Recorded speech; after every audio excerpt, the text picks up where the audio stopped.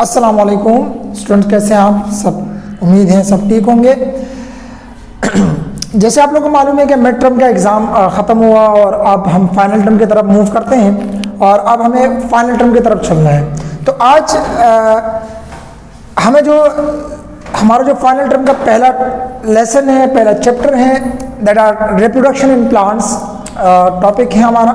आज हम इसको समझेंगे, लेकिन काम करने से पहले, हमारे वर्किंग से पहले एक बात बताता चलूँ कि रिप्रोडक्शन इन प्लांट्स, सबसे पहले हम रिप्रोडक्शन को समझेंगे और फिर उसके बाद रिप्रोडक्शन इन प्लांट्स।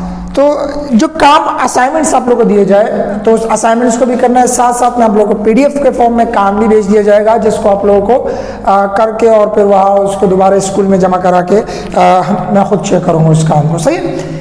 साथ साथ में क्योंकि क्लास 7 का काम है, तो क्लास 7 में जब मैं स्कूल में था और जब हमारे रेगुलर क्लासेस थे तो उस वक्त भी मैंने अनाउंसमेंट किया था कि हम भी going for a research work, हमें रिसर्च की तरफ जाना है। ये ऐसा नहीं है कि सर उमर ने यहाँ क्या पढ़ा लिया और ख़त्म वो कॉपी में छाप कर, दैट इज़ नॉट एनफ। उसके लिए क्या करना होगा, आप लोगों के पास माशाल्लाह इंटरनेट प्रॉब्लम नहीं होगा, तो आप लोग क्या करोगे, रिसर्च करोगे इस चीज़ के बारे में मज़ीद।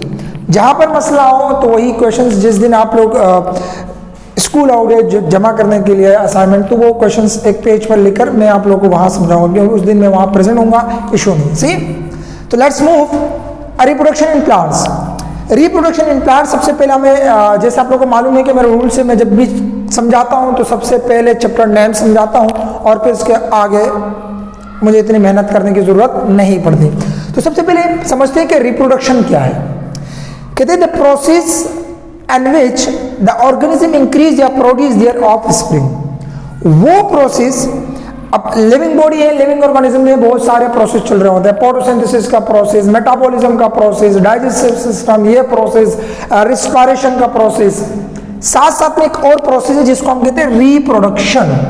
रिप्रोडक्शन का मतलब ये होता है कि कोई भी ऑर्गेनिजम्स हो, चाहे वो प्लांट्स हो, मैं ऑर्गेनिजम्स का नाम ले रहा हूँ, चाहे वो प्लांट्स हो, एनिमल्स हो, ह्यूमन बीइंग हो, व्हाटएवर जो भी हो, लेकिन अगर वो लिविंग ऑर्गेनिजम्स हो तो उनके अंदर एक सिस्टम या एक प्रोसेस पाया जाता है, जिस सिस्टम और उस प्रोसेस की वजह से वो अपने ऑफ स्प्रिंग को बढ़ाते हैं। अगर बिल्कुल आम लैंग्वेज में, वो अपने जात को आगे बढ़ाते हैं, because they produce their child, वो अपने बच्चों को प्रोड्यूस करवा रहे होते हैं, और ये एक प्रोसेस होता है। इस प्रोसेस का नाम होता है रिप्रोडक्शन।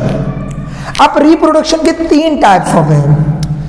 पहले types asexual reproduction, part number 2 sexual reproduction, part number 3 bisexual reproduction. Asexual reproduction वो रिप्रोडक्शन होता है जिसमें 1 पेरेंट्स की नीड होता है, और वो या तो सेल डिवीजन से होता है। जैसे अगर हम प्लांट्स में बात करें तो कुछ प्लांट्स होते हैं जो हमारे पास छोटे छोटे प्लांट्स होते हैं जिसको हम मोनोकोट कहते हैं। जो मोनोकोट्स प्लांट्स होते हैं उनमें एक सिस्टम पाया जाता है जिसको हम फ्यूजन कहते हैं।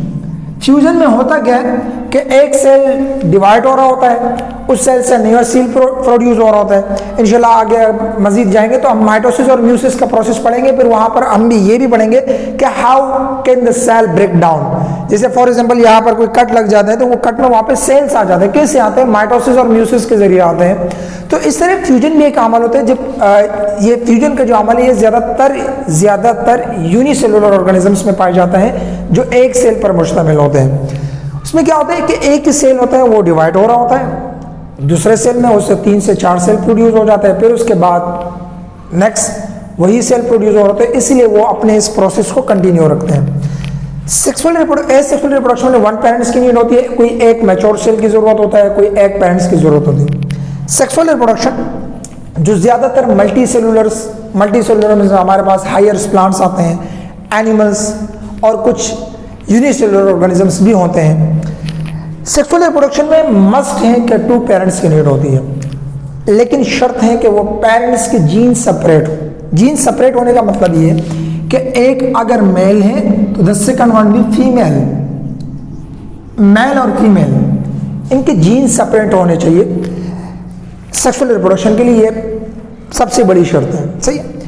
ये यूनिसेलुलर में बहुत कम होता है, ना होने के बराबर होता है। मल्टी सेलुलर ऑर्गेनिज्म और यूकेरियोटिक ऑर्गेनिजम्स में बहुत ज्यादा होता है। सही।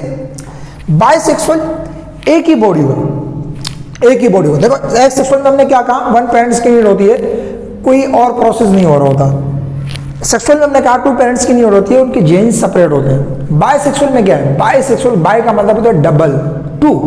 तो बायसेक्सुअल मींस कि एक ही बॉडी हो और उस एक ही बॉडी के अंदर मेल पार्ट भी मौजूद हो प्लस फीमेल पार्ट भी हो।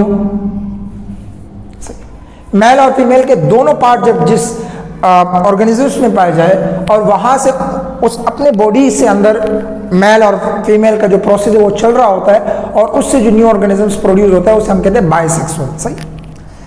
रिप्रोडक्शन इन प्लांट्स, प्लांट्स में रिप्रोडक्शन कैसे पाई जाती है? तो प्लांट्स में ज्यादातर बायसेक्सुअल और तकरीबन अगर परसेंटेज के हिसाब से कहें तो तकरीबन 60% बायसेक्सुअल होते हैं, 30% सेक्सुअल रिप्रोडक्शन होता है, 10% हमारे पास एसेक्सुअल रिप्रोडक्शन इसमें पाया जाता है। सही। एक एग्जांपल दूंगा मैं आप लोगों को। फ्लावर जो है, क्योंकि ये जितना भी काम होता है, प्रोसेस होता है, प्रोसेस कंटिन्यूस होता है, वो एक फ्लावर के अंदर मौजूद होता है। जैसे फ्लावर होता है तो उस फ्लावर के अंदर कुछ पार्ट मेल्स होते हैं, कुछ फीमेल्स होते हैं। जैसे अगर आप लोग इंशाल्लाह हमारे यहाँ पर ज़्यादातर कॉमन रोज़ यूज़ किया जाता है क्योंकि हर जगह मौजूद होता है।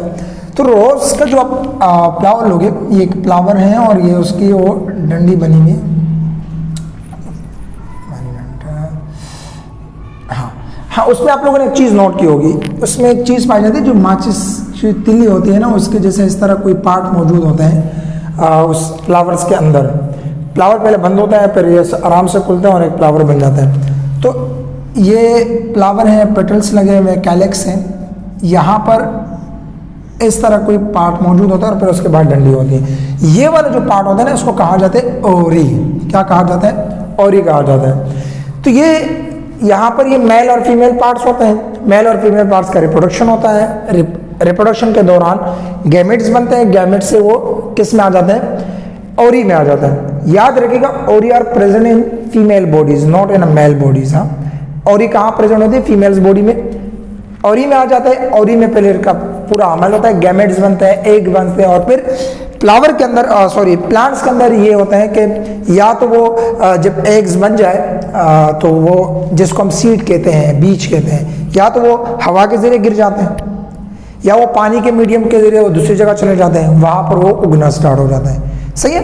सो ये था हमारा टॉपिक। आप लोगों का काम ये है कि आप लोग टाइटल्स वगैरह बनाओगे और साथ साथ में जो आप लोगों को जो चैप्टर सेंड किया जाएगा PDF के फॉर्म में, उससे आप क्या करना है, आपको करना है। Thank you so much. अल्लाह हाफिज़।